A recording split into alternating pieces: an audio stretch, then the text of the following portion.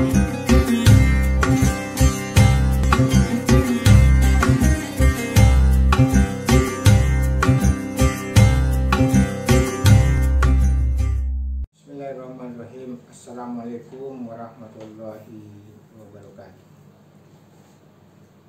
Alhamdulillahilladzi khalaqal insana fi ahsani taqwim.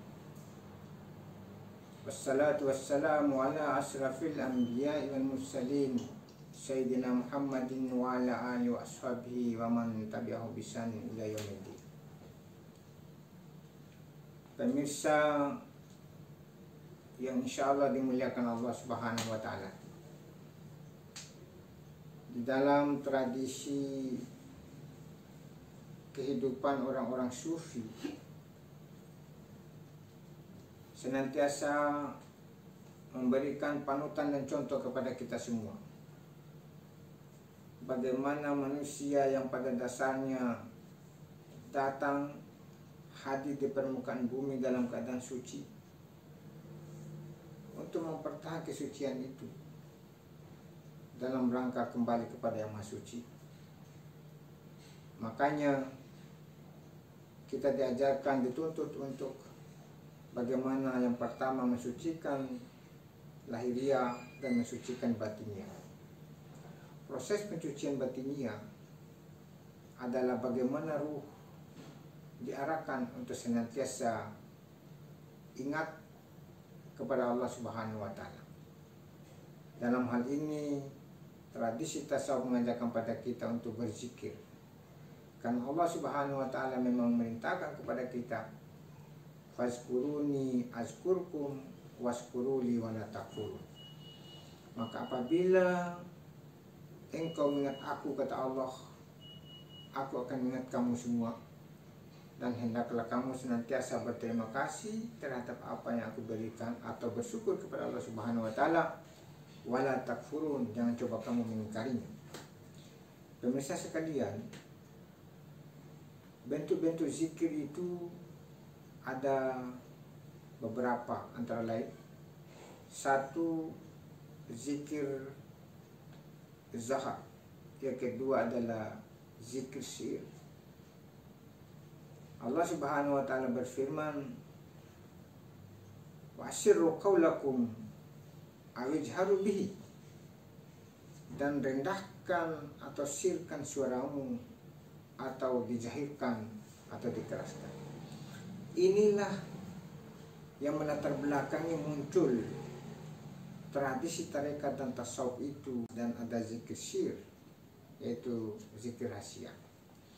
Dikembangkan dalam tradisi tasawuf menjadi beberapa tingkatan. Ada zikir lisan, ada zikir qalb, ada zikir sir. Zikir lisan ini adalah zikir yang biasa digunakan oleh kebanyakan orang, sebagaimana diajarkan oleh Rasulullah SAW. Ada 7 zikir pemungkas yang diajarkan oleh Rasulullah SAW dalam rangka menenangkan jiwa untuk mengingat Allah Subhanahu wa Ta'ala. Yang pertama, astaghfirullahaladzim alladzi la ilaha illa huwal hayyul qayyum wa atubu. Yang kedua adalah subhanallah walhamdulillah wa la ilaha illallah wallahu akbar. Yang ketiga, la haula wa la quwwata illa billah.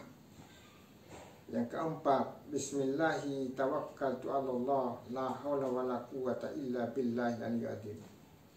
Yang kelima, raditu billahi rabban wa bil islami dinan wa bi muhammadin nabiyyan.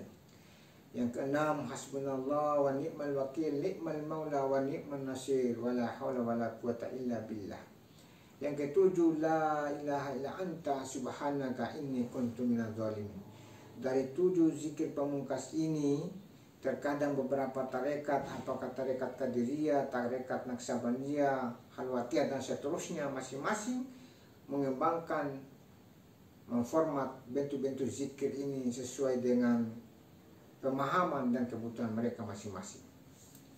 Zikir yang pertama, terkadang dia menyebut subhanallah, alhamdulillah, la ilaha illallah, Allahu akbar. Itu semuanya zikir zahar. Tetapi ada yang kedua, tingkatan yang kedua adalah zikir qalb. Semua zikir tadi, astagfirullah, subhanallah, alhamdulillah, la ilaha illallah, Allahu akbar, itu kalau sudah masuk pada tingkatan zikir qalb, tidak lagi kedengaran itu. Yang kedengaran di dalam lisan adalah Allahu, Allahu, astagfirullah, Allahu, Allahu, subhanallah, Allahu, Allahu, alhamdulillah, Allahu, Allahu, la ilaha illallah, Allahu, Allahu, Allahu akbar, Allahu, Allahu.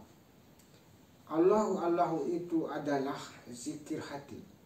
Zikir yang tertinggi di dalam pandangan tasawuf adalah huwa atau hu. Mungkin karena kita bukan orang sufi, tidak perlu sampai di situ.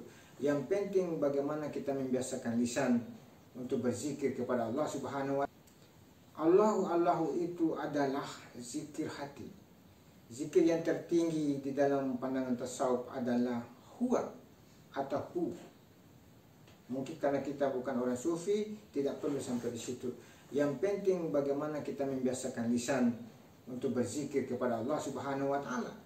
Karena Allah memerintah kepada kita, ingat Allah di mana kapanpun kamu berada. Fazkurullaha qiyaman wa qu'udan wa ala junubikum.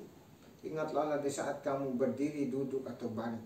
Ingat Allah ada dua cara, ada ingat secara lisan dan ada ingat perbuatan. Kalau kita ingat perbuatan pada Allah Subhanahu wa Ta'ala, mengikuti segala aktivitas sesuai dengan hukum, aturan. Salah satu contohnya, di dalam Al-Quran Allah berfirman, wala tamshi fil ardi maraha, jangan kamu berjalan di muka bumi dengan sombong, maka dibuangkanlah rambu-rambu lalu lintas. Barang siapa yang melanggar rambu lalu lintas, berarti dia telah melakukan kesombongan. Karena itu, jangan kamu berjalan di muka bumi dengan sombong. Orang yang sombong itu adalah orang bersama setan, alladzi yuwaswisu fi sudurin nas. Karena itu pemirsa sekalian, apapun bentuk zikir, mau zikir zahar, mau zikir sir, mau subhanallah, mau alhamdulillah, mau la ilaha illallah akbar, mau Allahu Muhammad dan seterusnya, terserah kita sesuai dengan kemampuan. Yang penting zikir itu memiliki keistimewaan. Satu, untuk mendekatkan diri kepada Allah Subhanahu wa Ta'ala. Yang kedua, alladzina amanu wa tatma'innu qulubuhum bizikrillah, ala bizikrillah tatma'innul qulub. Orang-orang beriman tenang jiwanya karena menyebut nama Allah, dan sesungguhnya orang yang menyebut nama Allah pasti tenang jiwanya. Yang ketiga, orang yang berzikir itu pasti sehat. Contoh, kalau kita tiba-tiba hang, kita punya dada atau terjepit atau nyeri, kita tarik nafas, bacalah la ilaha illallah sampai full, dan kalimat itu kita simpan di cakra kita.